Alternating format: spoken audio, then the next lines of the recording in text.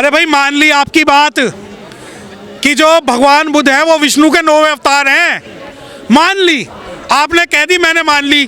तो जहाँ जहाँ विष्णु के मंदिर है उन सभी में भगवान बुद्ध की मूर्ति लगा दो।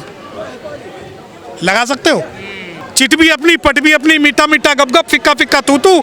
जहाँ भगवान बुद्ध के नाम से कमाई लेने की बात हो वहाँ तो बना देंगे मंदिर, और जहाँ भगवान बुद्ध को पहचान देने की बात हो वहाँ पे भगवान बुद्ध हमारे नहीं है। और इनकी किताब में लिखा हुआ है कि जो बुद्ध है, बुद्ध के साथ ऐसा व्यवहार करना चाहिए जैसा चोरों के साथ किया जाता है। केवल महाबोधि विहार को ही ब्राह्मणों से मुक्त नहीं होना चाहिए, बल्कि भारत के जितने भी हमारे पहचान है, हमारी स्मृति है और हमारे इतिहास है, वो सबको जो है हमें अपनी पहचान बनाना होगा और सबको मुक्त कराना होगा।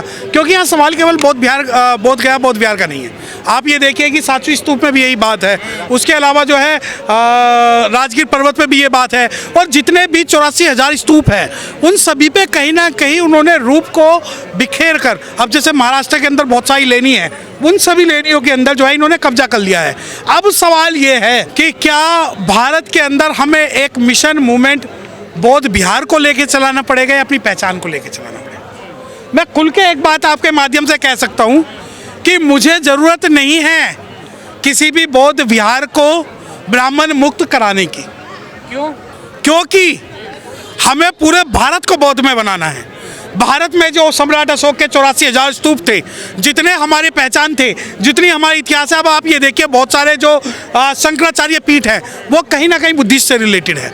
सिर्फ ऐसा नहीं है कि बोध गया के अंदर आप चाहे महाराष्ट्र की जितनी भी आप गुफाओं में जाओगे, जितनी भी लेनियों में जाओगे, औरंगाबाद चले जाओ, महाराष्ट्र चले जाओ, वहाँ कहीं ना कहीं आपको जो मिलेंगे बुद्ध के अवशेष मिलेंगे। सांची के अंदर भी यही कमोबेश स्थिति हुई है।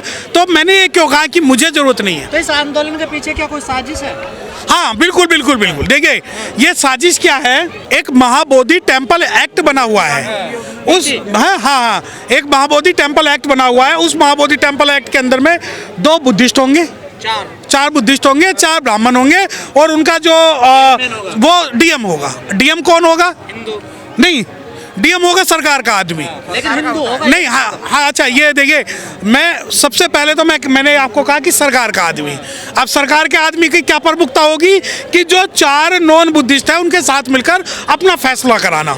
अब सवाल यह है कि क्या बौद्ध विहार, बोध गया महाबोधि टेम्पल को मुक्त कराने से हमारा सपना साकार हो जाएगा? नहीं। प्रधानमंत्री को आना चाहिए। हमें जो है पूरे भारत के अंदर एक सांस्कृतिक विरोध करना होगा, यकीन मानिए। क्या है ये फिर महाबोधि टेम्पल? आप कह रहे सपना भी हमारा पूरा नहीं होगा? हाँ देखिए, आंदोलन इतनी बार, आंदोलन कई बार पहले भी हुए ना। ना मेरी बात सुनाए।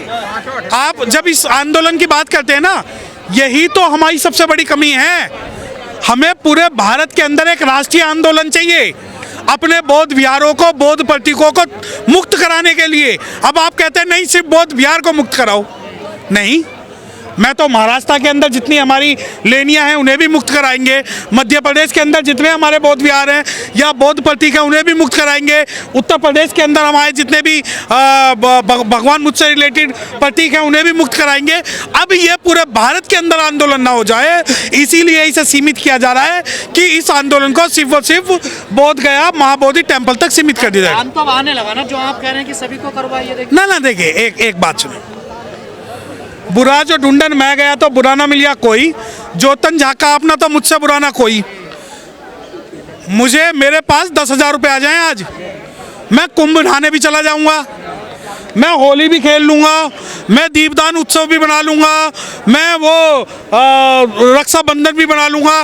परंतु जब भगवान बुद्ध के प्रतीकों को छुड़ाने की बात होगी, अस्मिता को बचाने की बात होगी, ना तो मैं 1 रुपया दूंगा और ना ही बाहर निकल के आऊँगा। अब आप कहते हैं कि नहीं वो तो बहुत बड़ा आंदोलन हो गया है बोध गया का, और अब महाबोधि टेम्पल जो है मुक्त हो जाएगा। महाबोधि टेम्पल तो मुक्त हो जाएगा, जितने बुद्ध के प्रारूपों को इन्होंने ढक कर मूर्ति बनाया हुआ है उन्हें कौन मुक्त कराएगा? जितने हमारे बुद्ध विहारों को मंदिरों में कन्वर्ट किया गया है उन्हें कौन स्थापित करेगा? बोध गया को जो वहाँ के पंडा पुजारी हैं वो अपनी आस्था से भी तो जोड़ कर देख रहे हैं ना। वहाँ राम के लिए भी बताया जा रहा है कि राम भी आए हैं, विष्णु के अवतार बताया जा रहा है गौतम, और वहाँ पर पिंडदान भी किया जा रहा है। देखिए देखो जी, बिल्कुल मैं आपके माध्यम से एक बात कहना चाहता हूँ। अरे भाई, मान ली आपकी बात कि जो भगवान बुद्ध है वो विष्णु के 9वें अवतार हैं, मान ली, आपने कह दी, मैंने मान ली, तो जहां जहां विष्णु के मंदिर है उन सभी में भगवान बुद्ध की मूर्ति लगा दो। लगा सकते हो?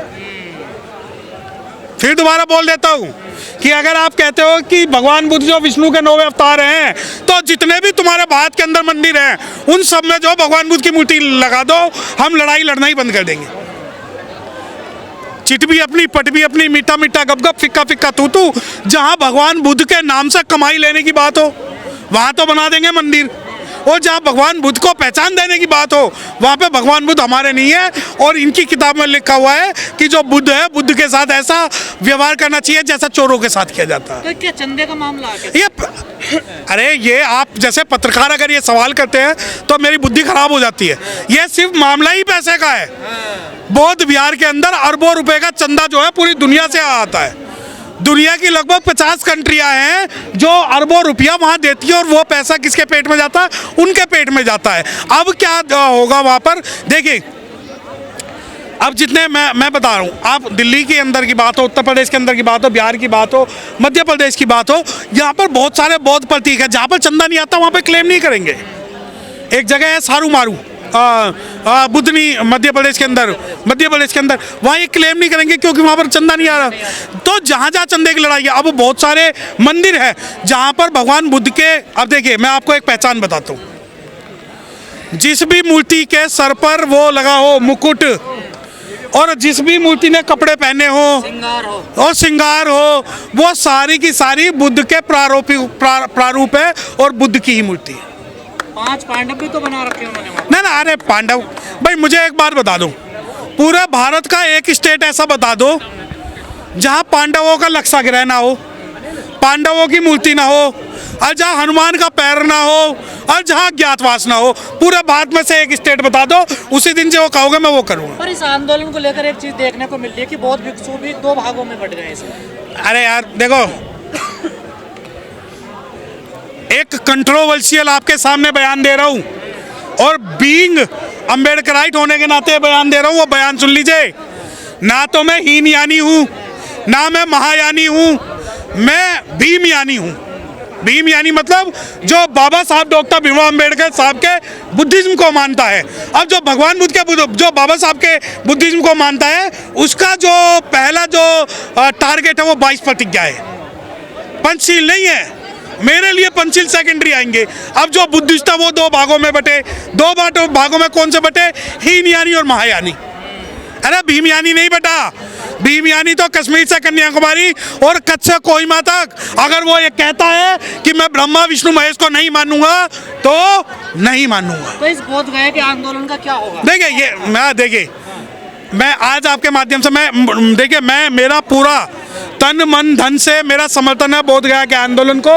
लेकिन मुझे इस आंदोलन के पीछे एक षड्यंत्र नजर आ रहा है। षड्यंत्र वो ये है कि वो कुरेद के ये देख रहे हैं कि कहीं ये भारत के जो बुद्धिस्ट लोग हैं, अम्बेडकराइट लोग हैं, क्या इतने जागरूक तो नहीं हो गए कि सभी अपनी विरासतों को वापस ले लें। और इसीलिए यकीन मानिए, अंतर्राष्ट्रीय लेवल पर अगर एक भी देश ने ये क्लेम कर दिया कि वो बुद्धिस्ट प्लेस है तो ये उसी दिन उसे खाली कर देंगे।